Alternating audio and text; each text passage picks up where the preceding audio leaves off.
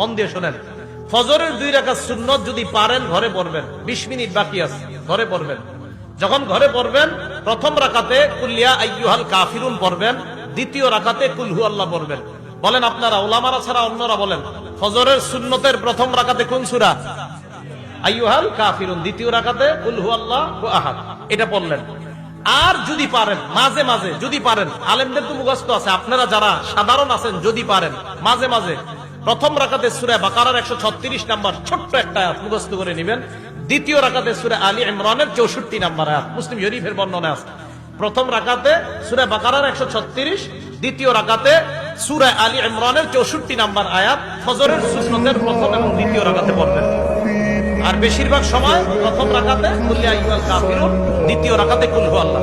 নবীজি মসজিদে আসছে, আসার পর দেখে এক ব্যক্তি সুন্নত পড়তেছে, তো ওই ব্যক্তির কেরাতের আওয়াজ হালকা নবীজির কানে আসছে।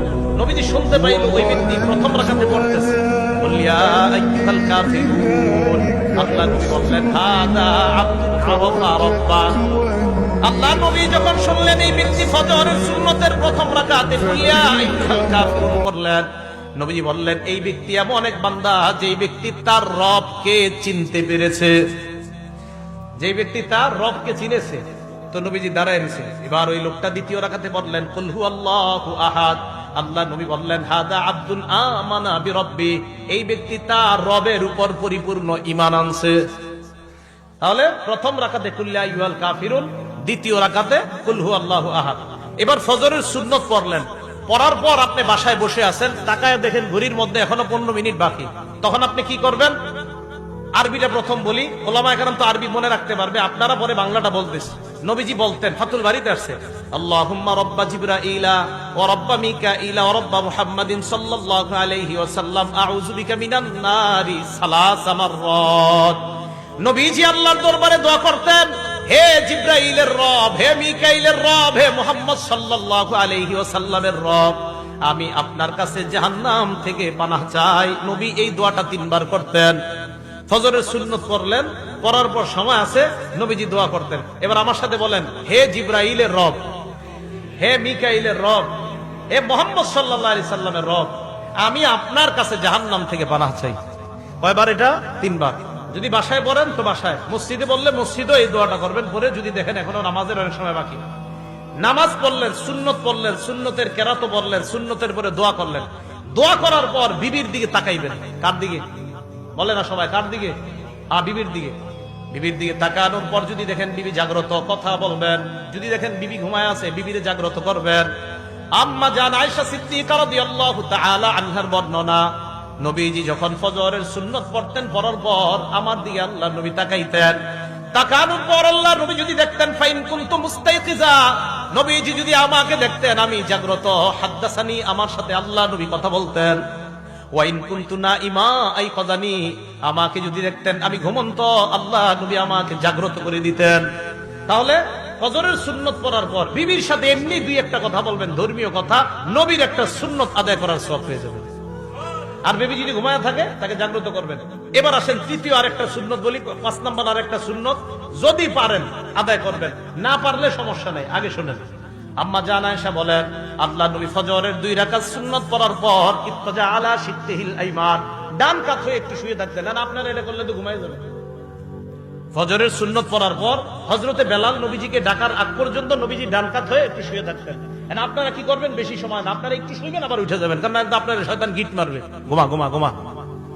তো নবীজি সাল্লাল্লাহু আলাইহি সাল্লাম এটা করতেন, ইত্তাজা আলা শিত্তিহিল আইমান, আবু দাউদ আসছে, বুখারীতে আসছে, এইভাবে নবীজি একটু শুইতেন। তো আপনি যদি পারেন এই সুন্নতের উপর আমল করেন, বাকি আপনি বেশি সময় করা যাবে না, সামান্য, আবার উঠে যাবেন, করলেই ঘুমায় যাবেন, একটু পরে উঠে দেখবেন সূর্য উঠে গেছে, সমস্যা হবে। আল্লাহ পাক রব্বুল আলামিন তো ফজরের নামাজের আগের যে সুন্নত, এই সুন্নত গুরুত্ব সহকারে আদায় করে এরপর ফজরের নামাজে আমরা উপস্থিত হব। এই হলো ফজরের নামাজের ব্যাপারে মোটামুটি আলোচনা। তো বলতেছিলাম 5 ওয়াক্ত নামাজ ধারাবাহিকভাবে আদায় করা।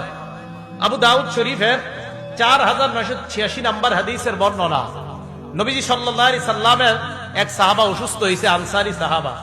ওনারে দেখতে গেছে ওনার জামাই আর ওনার বেয়াই, ওনারে দেখতে গেছে ওনার জামাই আর ওনার বেয়াই।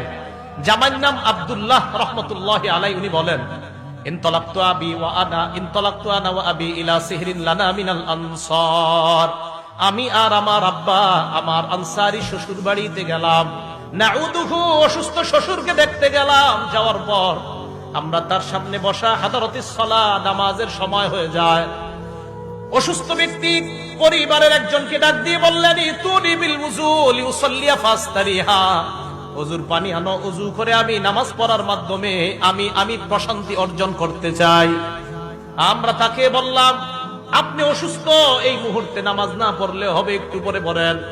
সাহাবা জবাব দিলেন, না না, নামাজ পড়ার মাধ্যমে আমি প্রশান্তি অর্জন করতে চাই। সামিআতু রাসূলুল্লাহ সাল্লাল্লাহু আলাইহি ওয়াসাল্লাম ইয়াকুল, আমি আল্লাহ নবীকে বলতে শুনলাম, নবীজি হযরত বেলালকে বলছে, বেলাল কুম ফাকিম ফারিহনা বিসসালাহ, বেলাল তুমি দাঁড়াও, ইকামত দাও, নামাজের ব্যবস্থা করো, নামাজের মাধ্যমে আমাদেরকে প্রশান্তি হওয়ার ব্যবস্থা করে দাও। তাহলে মুসলমান নামাজ পড়বে, কারণ নামাজ প্রশান্তির কারণ। গাছে গাছে লিখে দিবেন নামাজ প্রশান্তির কারণ। কারণ একদল লোক বের হয়েছে যারা টেলিভিশনে, ইউটিউবের মধ্যেও বিভিন্ন খানকা থেকে অ্যাডভারেজ দেয়। আপনি হতাশায় ভুগছেন, আমাদের খানকায় আসেন, 15 দিন থাকেন, 1 মাস থাকেন, ভালো হয়ে যাবেন। আপনারা গাছে গাছে লিখবেন, হতাশায় ভুগছেন, মসজিদে আসেন, হতাশা দূর হয়ে যাবে। নবীজি সাল্লাল্লাহু আলাইহি ওয়াসাল্লাম বলছে, ফারিহনা বিসসালাহ, নামাজের মাধ্যমেই প্রশান্তি।